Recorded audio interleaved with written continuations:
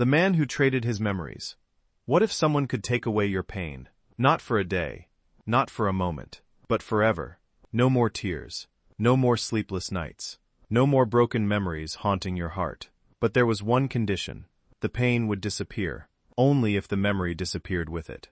And for one broken man named Daniel, that offer became impossible to refuse. Because Daniel was not just sad, he was empty, he was tired.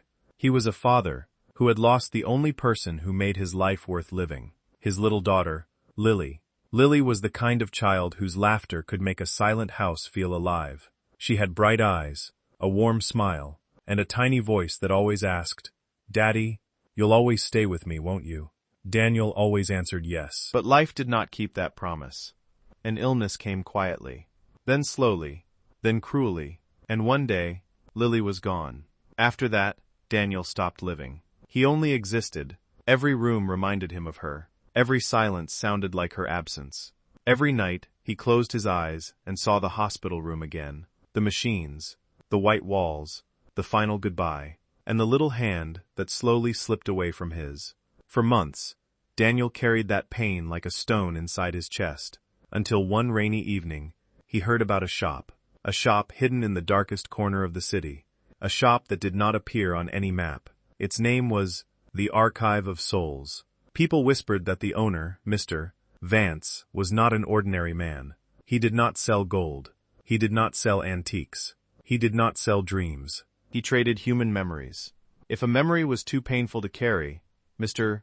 Vance could remove it, forever, and in return, he could give wealth, comfort, freedom, peace. So that night, Daniel put on his black coat, stepped into the storm, and walked toward the one place he should have feared. Rain fell hard on the empty streets. Fog wrapped around the city like a ghost. And then Daniel saw it, an old wooden door, a fading brass sign, and 3 words written above it, the Archive of Souls. The door opened with a slow creak. A bell chimed softly. Inside, the shop smelled of old books, candle wax, and something strange, something like forgotten rain. Thousands of glass jars covered the walls. Each jar glowed with a different light. Blue, gold, silver, crimson. They flickered like tiny trapped stars. Behind the counter sat an old man with white hair and round glasses. He looked calm, too calm, as if he had been waiting for Daniel for years. Without surprise, the old man smiled. "Welcome, Daniel." Daniel froze. "How do you know my name?" "Mr. Vance." Only smiled wider. "Everyone who enters this shop arrives long after their sorrow has already introduced them to me." A chill ran through Daniel's body, but he did not leave, because pain had already made him desperate. Mr. Vance leaned forward. "Tell me, Daniel, what have you come here to sell?" Daniel swallowed hard. His lips trembled. And then he said it. "My memories." Mr. Vance became still. "Which memories?" Daniel closed his eyes. A tear slipped down his face. "The memories of my daughter, Lily." The shop went silent. Even the glowing jars seemed to stop breathing. Mr. Vance looked at him carefully. "Memories are precious things, young man, even painful ones." Daniel shook his head. "I can't carry them anymore." His voice dropped. "I just want peace." Mr. Vance studied him for a long moment. Then he placed an empty glass jar on the counter. It was wrapped in thin golden threads, beautiful and terrifying. "Close your eyes." Daniel obeyed. A cold silver instrument touched his forehead, and suddenly, everything returned. Lily laughing in the garden. Lily running toward him after school. Lily holding his hand. Lily blowing candles on her birthday cake. Lily whispering, "Daddy." Then came the hospital, the final breath, the silence, the goodbye. Daniel wanted to scream, but before he could, golden light began leaving his mind, one memory at a time. Every smile, every hug, every laugh, every tear, all of it flowed into the glass jar. The jar glowed brighter and brighter, until it looked like a small star trapped in glass. Then Mr. Vance sealed it. A label appeared. Lily, belonging to Daniel. When Daniel opened his eyes, the pain was gone. Completely gone. He felt light, empty, calm. Mr. Vance looked at him. "How do you feel?" Daniel blinked. "Fine." Then he frowned. "Why did I come here?" Mr. Vance placed documents and a fortune before him. "You came to collect what belongs to you." Daniel accepted them and walked away, without looking back. Behind him, on a dark shelf, The jar of Lily's memories continued to glow, and Daniel no longer remembered that he had ever been a father. Months passed. Daniel became rich. He bought a mansion, luxury cars, expensive clothes, everything money could buy. People admired him. They envied him.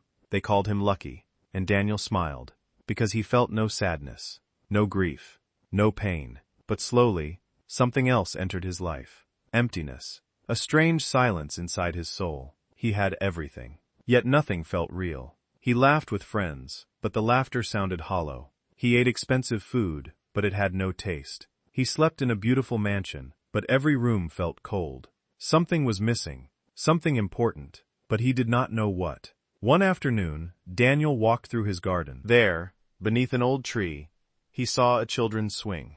It moved gently in the wind. For some reason, Daniel stopped. He touched the rope, and suddenly, pain struck his chest. Tears filled his eyes. He stepped back, confused. Why was he crying? It was just a swing, just rope, just wood. But his heart knew something his mind could not remember. That night, a storm covered the city. Thunder shook the mansion. Daniel could not sleep. Something pulled him through the halls, until he reached an old storage room. Inside were boxes from his past life. One wooden chest caught his attention. He opened it. Inside he found old clothes, forgotten things, and then a small pink dress, decorated with butterflies. The moment Daniel touched it, his hands began to tremble. It smelled familiar, warm, gentle, like home. Beneath the dress, he found a photograph. He wiped away the dust, and his breath stopped. The picture showed him, holding a little girl. She was smiling, wearing the same pink butterfly dress. On the back, 4 words were written: Daddy and Lily. Daniel whispered the name. Lily. Again. Lily. His chest tightened. His eyes filled with tears. Who is Lily? He stared at the photo. The girl felt important. Her smile felt familiar, but his mind was empty. There was a wall inside his memory, a wall he could not break. Then suddenly, the truth hit him.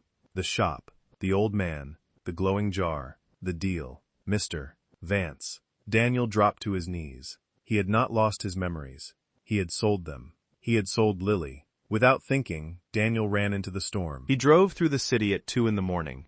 Rain crashed against the windshield, but he did not slow down. The mansion did not matter. The money did not matter. Nothing mattered.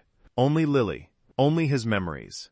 Only the right to remember his daughter. When he reached the Archive of Souls, the door was already open.